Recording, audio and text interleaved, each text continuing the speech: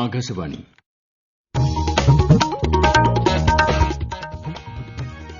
നമസ്കാരം. പ്രാദേശിക വാർത്തകൾ വായിക്കുന്നത് തുളസിദാസ്.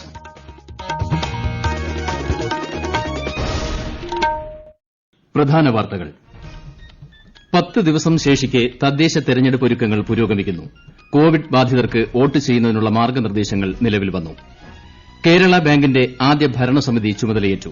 ബാങ്കിനെ പൂർണ്ണമായും പ്രൊഫഷണൽ സ്ഥാപനമാക്കി മാറ്റുമെന്ന് മുഖ്യമന്ത്രി പിണറായി വിജയൻ. സംസ്ഥാനത്ത് ഇന്നലെ 5970 പേർക്ക് കോവിഡ് രോഗമുക്തി. ടെസ്റ്റ് പോസിറ്റിവിറ്റി നിരക്ക് 9.6%. രാജ്യത്തെ രോഗമുക്തി നിരക്ക് 93.65%. ലോകത്താകെ കോവിഡ് ബാധിതരുടെ എണ്ണം 6 കോടി പിന്നിട്ടു. കൊല്ലം കരുനാഗപ്പള്ളിയിൽ കണ്ടെയ്നർ ലോറി നിയന്ത്രണം വിട്ട് കടയിലേക്ക് ഇടിച്ചുകയറി ഒരാൾ മരിച്ചു. ഇന്ത്യ ഓസ്ട്രേലിയ ഒന്നാം ഏകദിനം പുരോഗമിക്കുന്നു. ഓസ്ട്രേലിയൻ ക്യാപ്റ്റൻ ആരോൺ ഫിഞ്ചിന് സെഞ്ചുറി. വാർത്തകൾ വിശദമായി. തദ്ദേശ തെരഞ്ഞെടുപ്പിൽ കോവിഡ് ബാധിതർക്ക് വോട്ട് ചെയ്യുന്നതിനുള്ള മാർഗ്ഗനിർദ്ദേശങ്ങൾ സംസ്ഥാന തെരഞ്ഞെടുപ്പ് കമ്മീഷണർ പുറപ്പെടുവിച്ചു. വിശദാംശങ്ങളുമായി സുവർണ. തദ്ദേശ തെരഞ്ഞെടുപ്പിൽ കോവിഡ് ബാധിതരെയും ക്വാറന്റീനിലുള്ളവരെയും പ്രത്യേക വിഭാഗം സമ്മതിദായകരായി പരിഗണിച്ച് വോട്ട് രേഖപ്പെടുത്താൻ അനുമതി നൽകും. വോട്ടെടുപ്പിന് തലേദിവസം വൈകിട്ട് 3 വരെ കോവിഡ് സ്ഥിരീകരിച്ചവർക്കോ ക്വാറന്റീനിലുള്ളവർക്കോ പോസ്റ്റൽ വോട്ട് അനുവദിക്കും. ഇതിനുശേഷം രോഗം സ്ഥിരീകരിക്കുന്നവർക്ക് വോട്ടെടുപ്പ് ദിവസം അവസാന മണിക്കൂറിൽ മാനദണ്ഡങ്ങൾക്ക് വിധേയമായി പോളിംഗ് സ്റ്റേഷനിൽ നേരിട്ടെത്തി വോട്ട് രേഖപ്പെടുത്താം. സർക്കാർ നിയോഗിക്കുന്ന ആരോഗ്യ ഓഫീസർമാരാണ് പ്രത്യേക സമ്മതിദായകരുടെ സാക്ഷ്യപ്പെടുത്തിയ പട്ടിക തയ്യാറാക്കുക. അടുത്ത മാസം 8, 10, 14 തീയതികളിൽ നടക്കുന്ന തദ്ദേശ പൊതു തെരഞ്ഞെടുപ്പ് ജോലികൾക്കായുള്ള ഉദ്യോഗസ്ഥരുടെ നിയമന ഉത്തരവുകൾ നൽകി തുടങ്ങിയെന്ന് സംസ്ഥാന തെരഞ്ഞെടുപ്പ് കമ്മീഷണർ വി ഭാസ്കരൻ അറിയിച്ചു. ഇ ഡ്രോപ്പ് എന്ന സോഫ്റ്റ്വെയർ സംവിധാനം ഉപയോഗിച്ചാണ് ഉദ്യോഗസ്ഥരെ വിവിധ പോളിംഗ് സ്റ്റേഷനുകളിൽ വിന്യസിപ്പിച്ചിരിക്കുന്നത്. News desk Akashvani. തദ്ദേശ സ്വയംഭരണ സ്ഥാപനങ്ങളിലെ തെരഞ്ഞെടുപ്പുമായി ബന്ധപ്പെട്ട് ഇലക്ട്രോണിക് വോട്ടിംഗ് മെഷീനുകൾ നാളെ രാവിലെ മുതൽ കളക്ടറേറ്റ് കാര്യാലയത്തിൽ നിന്നും വിതരണം ചെയ്യുമെന്ന് ആലപ്പുഴ ജില്ലാ കളക്ടർ അറിയിച്ചു. കണ്ണൂർ ജില്ലയിൽ പോളിംഗ് ഡ്യൂട്ടിക്ക് നിയോഗിക്കപ്പെട്ട ജീവനക്കാർക്കുള്ള നിയമന ഉത്തരവുകളുടെ വിതരണം ആരംഭിച്ചു.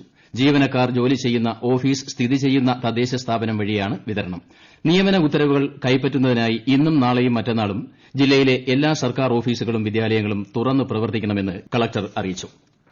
ഇടുക്കി ജില്ലയിലെ തദ്ദേശ സ്വയംഭരണ സ്ഥാപനങ്ങളിലേക്കുള്ള തെരഞ്ഞെടുപ്പുമായി ബന്ധപ്പെട്ട് സെക്ടർ ഓഫീസർമാരുടെ പരിശീലനം ഇന്നും നാളെയും മറ്റന്നാളുമായി നടക്കും. തദ്ദേശ തെരഞ്ഞെടുപ്പിന്റെ ഭാഗമായി ഇടുക്കി ജില്ലയിൽ നിയോഗിക്കപ്പെട്ട പൊതുനിരീക്ഷകൻ രാജേഷ് രവീന്ദ്രൻ തെരഞ്ഞെടുപ്പ് കൺട്രോൾ റൂം, തെരഞ്ഞെടുപ്പ് വിഭാഗം എന്നിവ സന്ദർശിച്ച് വിലയിരുത്തി. കൺട്രോൾ റൂമിലെ പ്രവർത്തനങ്ങൾ അദ്ദേഹം ചോദിച്ചറിഞ്ഞു.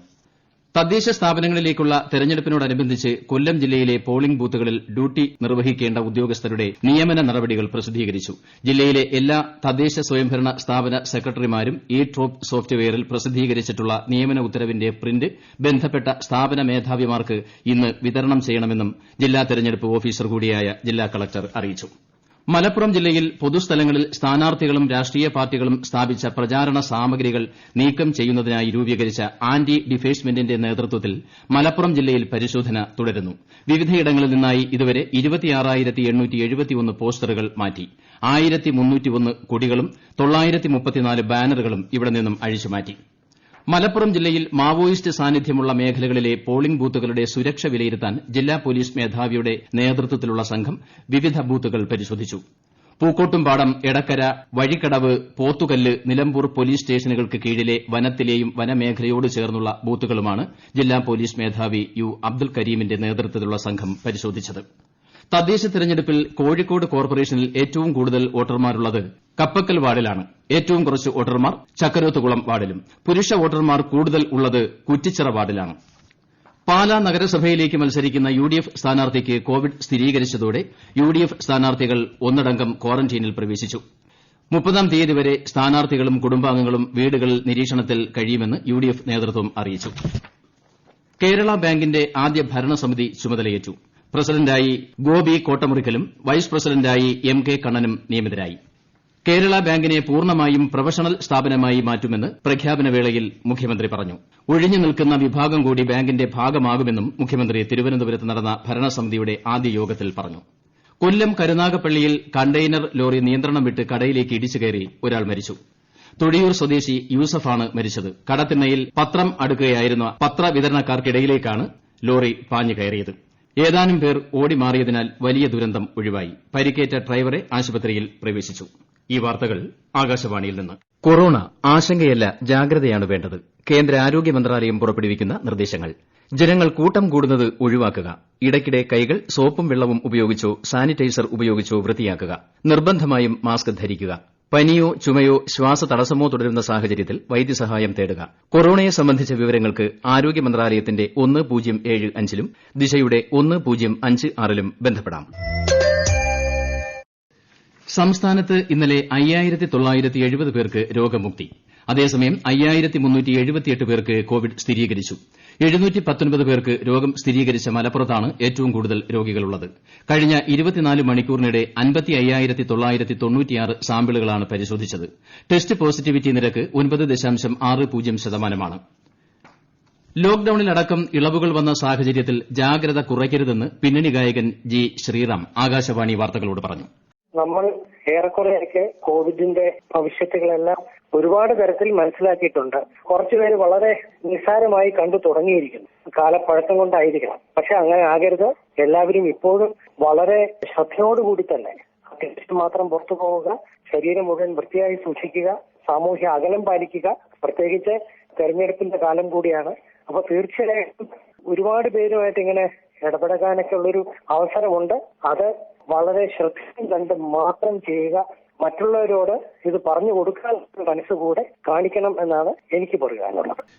കോവിഡാനന്തര രോഗബാധയെ തുടർന്ന് കൊച്ചി മെഡിക്കൽ കോളേജിലെ എല്ലുരോഗ വിഭാഗം മേധാവി ഡോക്ടർ EC ബാബുക്കുട്ടി നിര്യാതനായി. കൊച്ചിയിൽ സ്വകാര്യ ആശുപത്രിയിൽ ചികിത്സയിലിരിക്കെ ഇന്നലെ അർദ്ധരാത്രിയോടെയായിരുന്നു അന്ത്യം. രാജ്യത്തെ കോവിഡ് രോഗമുക്തി നിരക്ക് 93.65%. കഴിഞ്ഞ 24 മണിക്കൂറിനിടെ 39,000-ലേറെ പേർ രോഗമുക്തി നേടി. ഇതോടെ ആകെ രോഗമുക്തരുടെ എണ്ണം 87,18,000 കവിഞ്ഞു. കഴിഞ്ഞ 24 മണിക്കൂറിനിടെ 43,082 പേർക്കാണ് കോവിഡ് സ്ഥിരീകരിച്ചത്. ലോകത്ത് ഇതുവരെ കോവിഡ് സ്ഥിരീകരിച്ചവരുടെ എണ്ണം 6,13,00,000 കവിഞ്ഞു. ഇതിൽ 4,23,00,000-ലധികം പേർ രോഗമുക്തി നേടി. 14,37,000-ലേറെ പേരാണ് രോഗം ബാധിച്ച് മരിച്ചത്. ഫുട്ബോൾ ഇതിഹാസം ഡീഗോ മാറഡോണയുടെ വേർപാടിൽ ദുഃഖം ആചരിച്ച് കേരളവും. സംസ്ഥാന കായിക വകുപ്പ് ഇന്നലെയും ഇന്നുമായി 2 ദിവസത്തെ ദുഃഖാചരണം പ്രഖ്യാപിച്ചിട്ടുണ്ട്. ബുധനാഴ്ച ഡിഗ്രയിലെ സ്വവസതിയിൽ പ്രാദേശിക സമയം രാവിലെ 11:30ഓടെയായിരുന്നു ഹൃദയാഘാതത്തെ തുടർന്ന് മറഡോണ അന്തരിച്ചത്. ഫുട്ബോൾ ഇതിഹാസം ഡീഗോ മാറഡോണ കണ്ണൂരിലെത്തിയപ്പോൾ താമസിച്ച ഹോട്ടലിന് പുറത്ത് അദ്ദേഹത്തിന്റെ പ്രതിമ സ്ഥാപിക്കുമെന്ന് ഹോട്ടൽ മാനേജ്മെന്റ് അറിയിച്ചു. 2012 ഒക്ടോബർ 23-നാണ് മറഡോണ ഒരു സ്വകാര്യ ചടങ്ങിൽ പങ്കെടുക്കുവാനായി കണ്ണൂരിൽ എത്തിയത്. ഓഹരി വിപണികളിൽ ചാഞ്ചാട്ടം.